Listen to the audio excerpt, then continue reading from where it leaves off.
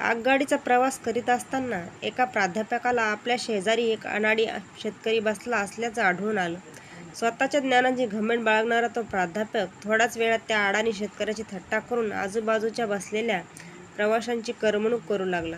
थोडा वेळ ती थट्टा निमूटपणे सहन केल्यावर तो शेतकरी त्या प्राध्यापकाला म्हणाला, "साहेब, काही झालं तरी तुम्ही ज्ञानी आणि मी अज्ञानी, तरीसुद्धा आपल्या गाडीतला वेळ चांगला जावा म्हणून आपण एकमेकांना ओढी घालूया.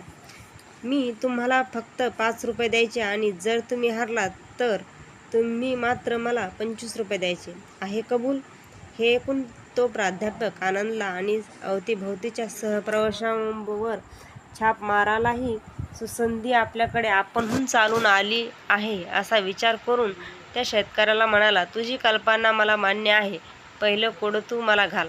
शेतकऱ्याने विचारलं, "ज्याला उडताना 3 पाय, चालताना 2 पाय आणि बसला असता फक्त 1 पाय असतो असा पक्षी कोणता?"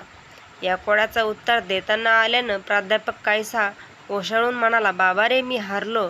हे घे 25 रुपये आणि या कोड्याचं उत्तर तू मला सांग." प्राध्यापकाने दिलेल्या 25 रुपयांपैकी 20 रुपये स्वतःच्या खिशात टाकून उरलेले 5 रुपये त्या प्राध्यापकाच्या हाती देत तो शेतकरी म्हणाला, "मला सुद्धा या कोड्याचं उत्तर देता येत नाही, म्हणून मी हारल्याचे 5 रुपये तुम्हाला देत आहे."